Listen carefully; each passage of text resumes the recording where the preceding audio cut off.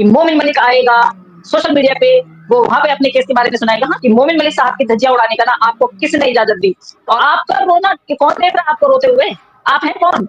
वो क्या क्या इतने कर्म कांड करके आई है, समझ में नहीं आया कि आपको रोना किस बात का आया? मैं सरिता कचैत दिल्ली से उत्तराखंड की रहने वाली हूँ। आपका क्या जा रहा है? आपसे पैसा लिया?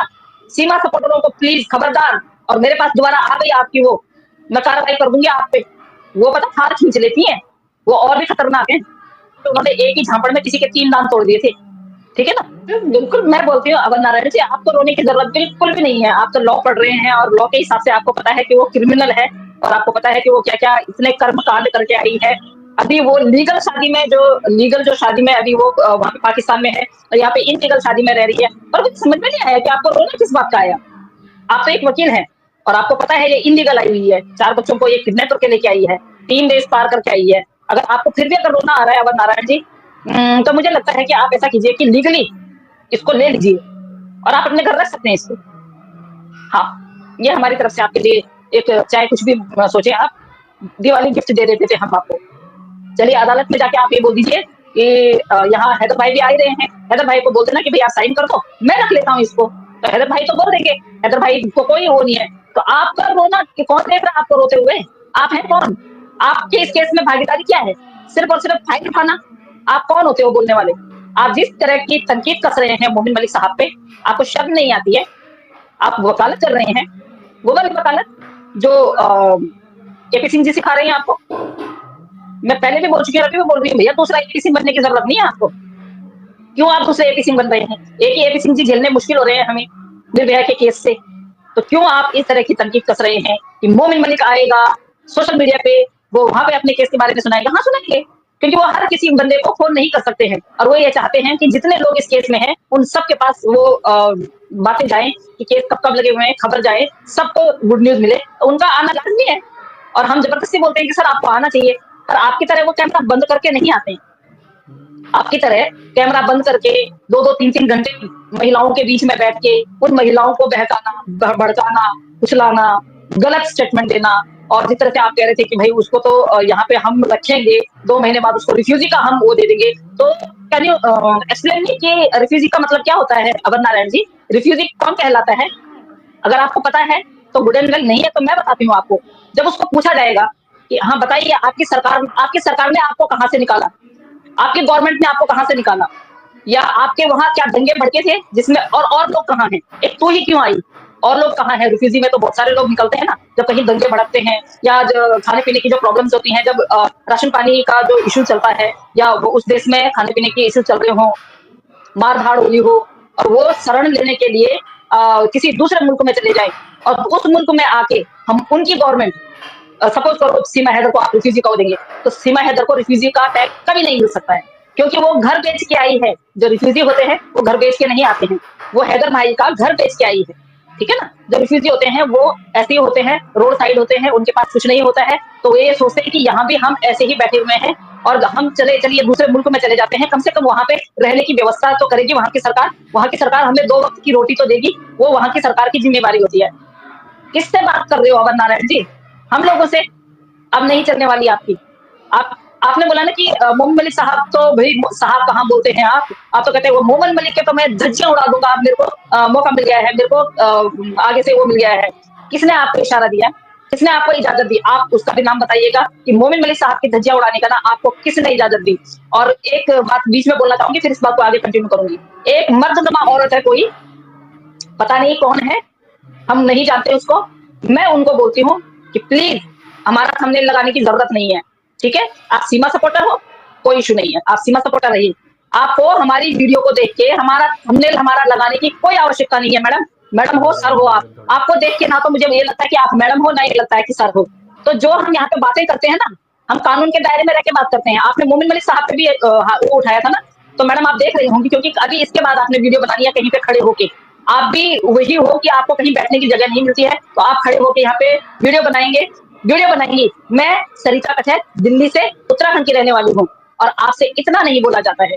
आप परसों की जो लाइव में आप बोल रहे थे, एक उत्तराखंड की ना, एक दिल्ली में रहती है एक बहन, उसके मोमिन मलिक साहब ने बोला कि हैदर आएगा तो उसके घर में खाना खाएंगे। अगर मोमिन मलिक सर ने ऐसा बोल दिया तो आपका क्या जा रहा है? आपसे पैसा लिया? आपको बोला अरेंजमेंट करने के लिए, आपको बोला? आप तो आपको तो बोलना भी नहीं आता है। आप तो जब वीडियो बनाती हैं तो आप तो अभी हिचकिचाती हैं। आप तो एक यूट्यूबर बनने की कोशिश कर रही हैं। 200 समथिंग आपके कुछ सब्सक्राइबर हैं, वो भी हम लोगों के थंबनेल लगा के। तो मैं आपको बोलती हूँ कि प्लीज, और आप रावत हैं, इतना मुझे पता है, पर आपने किसका नाम लिखा हुआ है, आई डोंट नो। आप महिला हैं, पुरुष हैं, ये भी मुझे, आप महिला हैं, पुरुष हैं, ये भी नहीं पता है, क्योंकि आपकी पहचान आपकी फेस से होती नहीं है, आपके हुलिये से होती नहीं है। तो मैं आपको बता दूं, जो बातें हम यहाँ पे करते हैं, लॉ एंड ऑर्डर से करते हैं, जब हमें आगे से इजाजत मिलती है, कानून के दायरे में रह के करते हैं। और आप अगर दोबारा वीडियो बनाएंगे तो मेरी फोटो और हमारा थंबनेल नहीं होना चाहिए। आपने एक वीडियो बनाई है मंजू उन पे क्या बोलते हैं, मंजू बिष्ट जी पे, हल्द्वानी से, जो एक बहुत अच्छे सोशल वर्कर हैं। आपने किस तरह की भाषा का प्रयोग किया है उनको, आपको किसने इजाजत दी उनके थंबनेल लगाने की और उनके बारे में बोलने की? और मैं मंजू जी का बहुत बहुत धन्यवाद करती हूँ, उन्होंने आज एक बहुत अच्छी वीडियो बनाई है।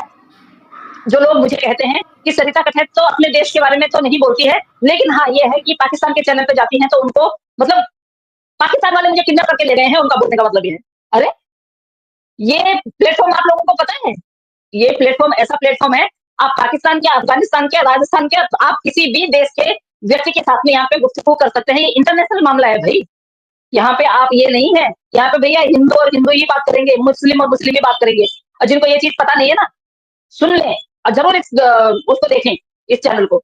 इस चैनल पे करना, यहाँ पे हिंदू मुस्लिम होता है ना, यहाँ पे वो होता है हिंदुस्तान पाकिस्तान होता है। यहाँ पे सिर्फ उन 4 बच्चों के लिए हम बात करते हैं, सिर्फ 4 बच्चों के लिए, हैदर भाई के 4 बच्चों के लिए, ठीक है?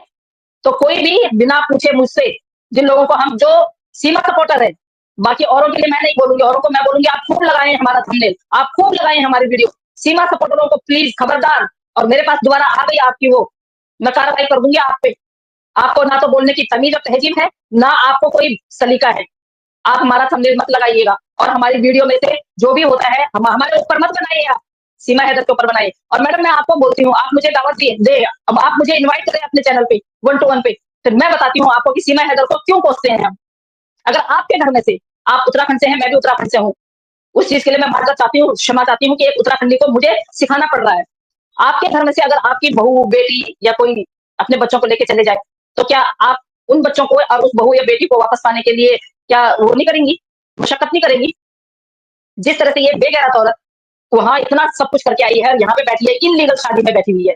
आप बहुत बड़ी, मैंने आपकी 2-3 वीडियो देखी, और आपने सारी वीडियो में मैं, आस्तामा, कैश भाई, मंजू मंजू जी, हम लोगों को तुमने हमारा थंबनेल लगा रखा है। पूछा आपने हमें, हमारा थंबनेल आपने लगाया, आपने पूछा हमें आप सीमा सपोर्टर हो, कोई बात नहीं, उससे हमें कोई लेना देना नहीं है। लेकिन सीमा सपोर्टरों के लिए एक मैं वार्निंग दे रही हूँ, हमारी बिल्कुल भी हमारा थंबनेल मत लगाना, पहले बता रही हूँ।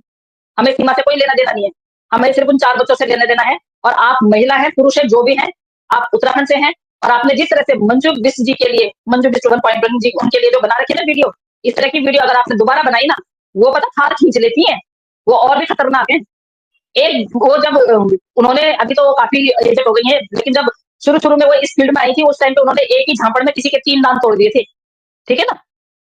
तो प्लीज, पहले हमारा थंबनेल लगाने से पहले हमसे इजाजत लेनी होगी आपको, और जो चीज हम बोलते हैं उसको दोहराने की बजाय आप उस पे मनन कीजिए कि हम क्यों बोल रहे हैं। एक पिता का दुख नहीं देखा जा रहा आपसे? एक पिता 1 डेढ़ साल से यहाँ रो रहा है और 4 सालों सऊदी में काट के आया है, उस पिता का दुख नहीं देखा जा रहा आपसे? आप बोल रहे हैं सीमा, सीमा को कल को जेल हो जाएगी, बच्चों की जिंदगी खराब हो रही है, 15 महीनों से बच्चे स्कूल नहीं गए हैं। और भाई एक बात मैं आप लोगों को एक बार और गुड न्यूज देती हूँ मैं आप लोगों को, इस बेगैरत औरत की, मतलब ये अपने आप को ना बहुत बड़ी चीज समझती है। कुछ दिन गए बच्चे स्कूल, बच्चों का स्कूल था, बच्चे अब स्कूल नहीं जा रहे हैं, बताइए।